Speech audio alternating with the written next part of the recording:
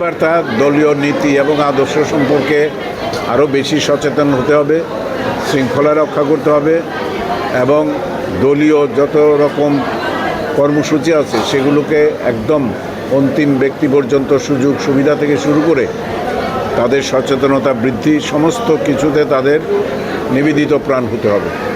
কারণ একটা জিনিস এটা পরিষ্কার, যেখানে ফাঁক ফোকর আছে আমাদের দলীয় নেতৃত্ব সেগুলো ভরাট করতে চান।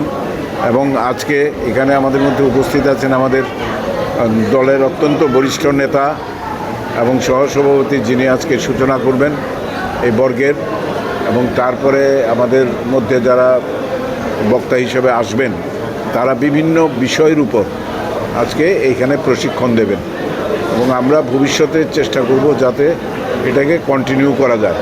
নিজের লেভেলেও আমরা বারবার বলেছি যে আমরা আবার একটা সুযোগ আমাদের সামনে এসছে।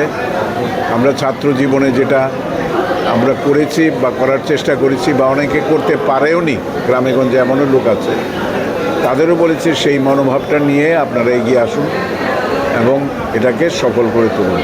আমরা আশা করি দেখছেন উপস্থিতির হার খুবই ভালো, তবে গ্রামেগঞ্জের মানুষ আসতে অনেকের কিছু অসুবিধা হয়। আমার মনে হয় পার্সেন্টেজটা আরও একটু বাড়বে এবং প্রায় 90%-এর উপর হয়তো হয়ে যাবে, 90%-এর উপর হয়ে যাবে।